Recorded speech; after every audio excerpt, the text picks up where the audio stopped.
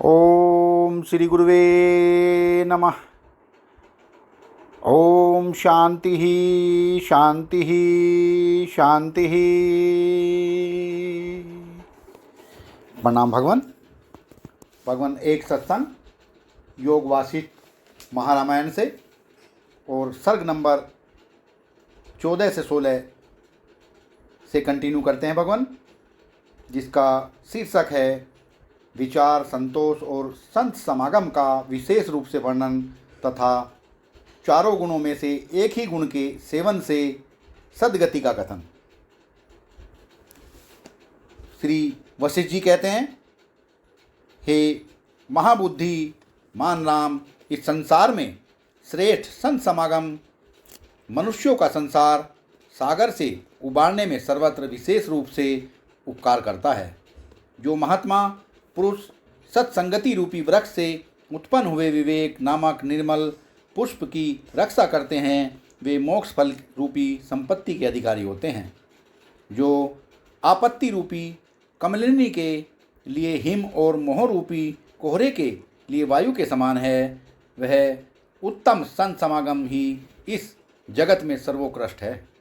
श्री राम, तुम्हें ज्ञात होना चाहिए कि संत समागम विशेष रूप से बुद्धिवर्धक अज्ञान रूपी वृक्ष का उच्छेदक और मानसिक व्यवधाओं को दूर भगाने वाला है। सत्संग से प्राप्त हुई दिव्य विभूतियाँ ऐसा परम उत्तम निर्माण सुख प्रदान करती है जो सतत वर्धनशील, अविनाशी और बाधा रहित होता है। अतएव अत्यंत कष्टदायिनी दशा में पड़कर विवस्था को प्राप्त हुए मनुष्य को भी थोड़े समय के लिए भी सत्संगति का परित्याग नहीं करना चाहिए, क्योंकि लोक में सत्संगति सन्मार्ग को प्रकाशित करने वाली और हृदय अंधकार को दूर करने के लिए ज्ञान रूपी सूर्य की प्रभा है। जिसने सत्संगति रूपी गंगा में जो शीतल एवं निर्मल है स्नान कर लिया, उसे दान, तीर्थ, तप और यज्ञ से क्या लेना देना है। वाह भगवान। अर्थात सत्संगति इन सब से बढ़कर है, जो राग शून्य और संशय रहित है तथा जिसकी चिंचड़ ग्रंथियाँ विनिष्ट हो चुकी हैं। ऐसे संत पुरुष यदि लोक में विद्यमान हैं तो तप एवं तीर्थों के संग्रह से क्या लाभ।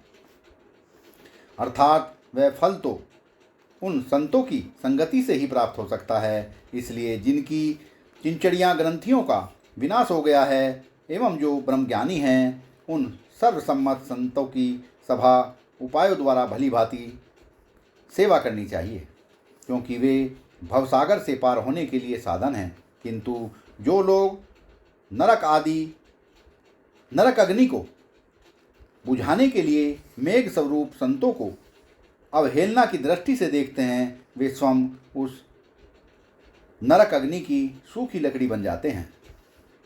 संतोष, सत्संगति, विचार और सम, ये ही चारों मनुष्य के लिए भवसागर से तरने के साधन हैं। इनमें संतोष परम लाभ है, सत्संगति परम गति है, विचार उत्तम ज्ञान है और शम परमोत्कृष्ट सुख है। ये चारों संसार का समूल विनाश करने के लिए विशुद्ध उपाय हैं। जिन्होंने इनका भली भांति सेवन किया, वे मोह जल से परिपूर्ण भवसागर से पार हो गए। बुद्धिमानों में श्रेष्ठ राम, इन चारों साधनों में से विशुद्ध प्रकाश वाले एक ही साधन का अभ्यास हो जाने पर शेष तीनों की भी अवश्य अभ्यस्त हो जाते हैं। शेष तीनों भी अवश्य अभ्यस्त हो जाते हैं, क्योंकि इनमें से एक एक भी क्रमशः इन चारों की जन्मभूमि है। अतः सबकी सिद्धि के लिए यत्नपूर्वक एक का तो पूर्ण रूप से आश्रय लेना ही चाहिए। जैसे प्रशांत सागर में जलयान स्वच्छंद गति से चलते हैं, उसी प्रकार सम द्वारा निर्मल हुए हृदय में संत समागम, संतोष और विचार उत्तम धारणापूर्वक प्रवृत्त होते हैं। जो प्राणी विचार, संतोष, सम और संत समागम से संपन्न है, उसे दिव्य ज्ञान संपत्तियां उपलब्ध हो जाती हैं। ठीक उसी तरह जैसे कल्प वृक्ष का आश्रय लेने वाले पुरुष को लौकिक संपत्तियां सुलभ होती हैं, पूर्ण चंद्रमा में परिलक्षित हुए सौंदर्य आदि गुणों की तरह विचार, शम, संत समागम और संतोष युक्त मानव में प्रसाद आदि गुण प्रादुर्भूत हो जाते हैं। जैसे श्रेष्ठ मंत्रीगणों में से युक्त राजा के पास विजय लक्ष्मी उपस्थित होती है, उसी तरह से जिस पुरुष की बुद्धि सत्संग, संतोष, सम और विचार से युक्त होने के कारण उत्तम हो गई है, उसे दिव्य ज्ञान संपत्ति सुलभ हो जाती है। इसलिए रघुनंदन, मनुष्य को चाहिए कि वह पुरुषार्थ से मन को वश में करके इनमें से एक गुण का नित्य यत्नपूर्वक उपार्जन करे, क्योंकि जब तक मनुष्य परम पुरुषार्थ के आश्रय से अपने चित्त रूपी गजराज को जीतकर हृदय में एक गुण भी धारण नहीं कर लेता, तब तक उत्तम गति की प्राप्ति नहीं हो सकती।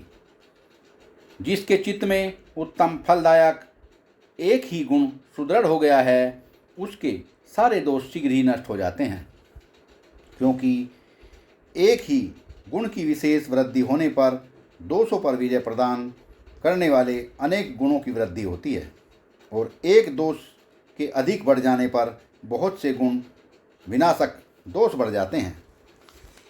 सत्संग को विराम देते हैं भगवान। प्रणाम भगवान।